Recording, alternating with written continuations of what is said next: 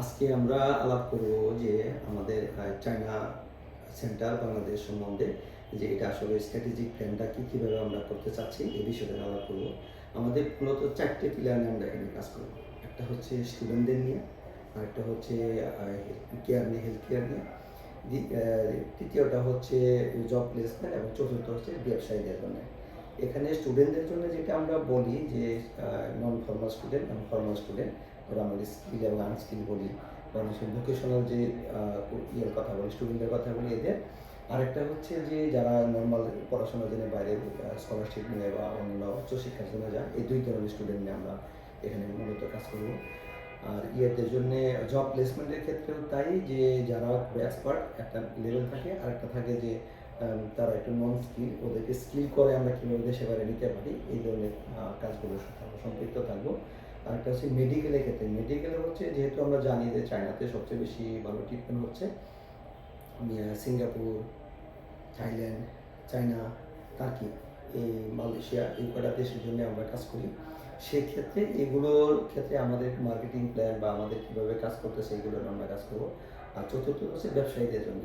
যে ব্যবসায়ীদের জন্য মেন এটা হচ্ছে যে বাংলাদেশ থেকে চায়নাতে অনেকেই ব্যবসা করে, অনেক বছর ধরে ব্যবসা করে, কিন্তু এই যে গ্রো আপের ব্যাপারটা বিজনেসের ক্ষেত্রে, যে চায়নাকে ব্যবহার করে আমরা ইউরোপিয়ান মার্কেটগুলো কীভাবে ধরি, ইউরোপিয়ান মার্কেটের সাথে চায়না কোলাবোরেশন খুব ভালো, আপনারা অনেকেই জানেন, খুব ভালো। সেক্ষেত্রে বাংলাদেশ থেকে ইউরোপের মার্কেটে আসে, কিন্তু চায়নাকে ব্যবহার করে ইউরোপের মার্কেটগুলোকে আমরা ধরতে পারলে সবচেয়ে ভালো বিজনেসের একটা ওয়ার্কফ্লো তৈরি হয় এখানে, যেখানে চায়নার পসিবিলিটি অনেক ভালো। অর্থাৎ বাংলাদেশ থেকে একজন মানুষ চায়নার সাথে ব্যবসা করে, চায়নার সাথে বাংলাদেশের ব্যবসা আছে, বাংলাদেশের সাথে ইউরোপের আছে, কিন্তু ইউরোপের মার্কেটটা ধরে একটা চ্যালেঞ্জ আছে।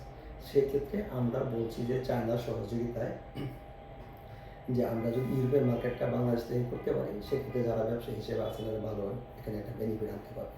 তো মূলত আমাদের এই স্ট্র্যাটেজিক জায়গাগুলো থেকে আরেকটাই হচ্ছে যে গ্লোবালে আমরা কীভাবে কানেক্টেড। আমাদের অ্যাডভাইজারি বোর্ড আছে, যারা বিভিন্ন দেশের সাথে ওনারা বিভিন্ন দেশে অবস্থান করেন, অবস্থানকালীন সময়ে আমাদের সাথে তারা অ্যালাইন আছেন। আমরা চাচ্ছি যে বিভিন্ন দেশে তারা আমাদের কোলাবোরেশন হিসেবে, নেটওয়ার্কিং হিসেবে তারা কাজ করবেন, এবং করছেনও তারা অলরেডি। এখন আমাদের আপনারা যারা আমাদের সাথে সম্পৃক্ত হতে চান, বিশেষ করে আমরা চাচ্ছি এটা বাংলাদেশের বিভিন্ন ডিস্ট্রিক্টে, থানাগুলোতে যাতে ফ্র্যাঞ্চাইজ দিতে পারি। আমরা আসলে এটাকে এজেন্সি বা এজেন্ট বলতে চাচ্ছি না, আমরা চাচ্ছি যে ফ্র্যাঞ্চাইজ, যে ফ্র্যাঞ্চাইজ মডেলটা কাজ করবে। ফ্র্যাঞ্চাইজ মডেল দুইভাবে হতে পারে।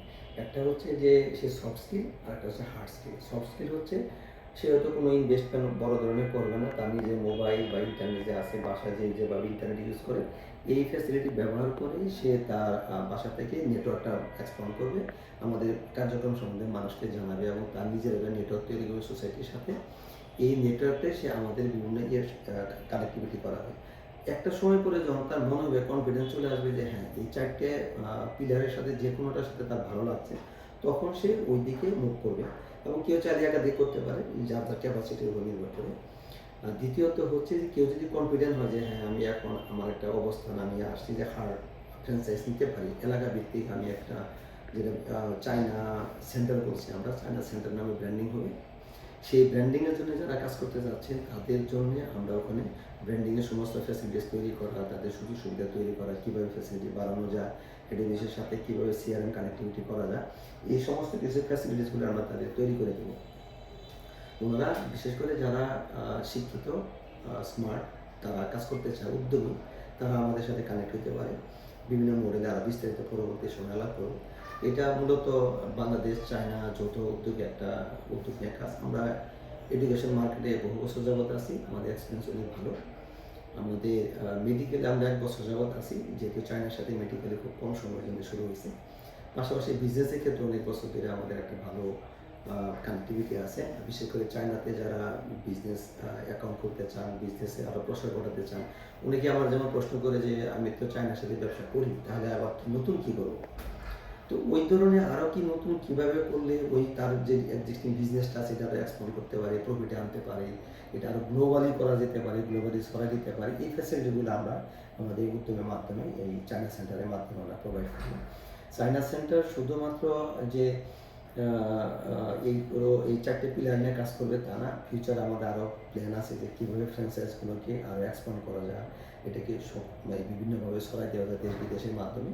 তো যারা আমাদের সাথে কানেক্ট হবেন তারা আমাদের এই কাজটা করতে পারেন। আমি ফিউচারে আজকে যেহেতু আপনাদের সাথে 4টে পিলার নিয়ে আলাপ করলাম, এরপর আমাদের স্ট্র্যাটেজিক আরও কিছু কাজ আছে যেগুলো ফ্র্যাঞ্চাইজকে কীভাবে ডেভেলপ করা যায়, কীভাবে আপনি সরাসরি যুক্ত হবেন, কীভাবে আপনি আমাদের সিআরএমের সাথে কানেকশন হবেন, এই বিষয়গুলো নিয়ে বিস্তারিত আলোচনা করব।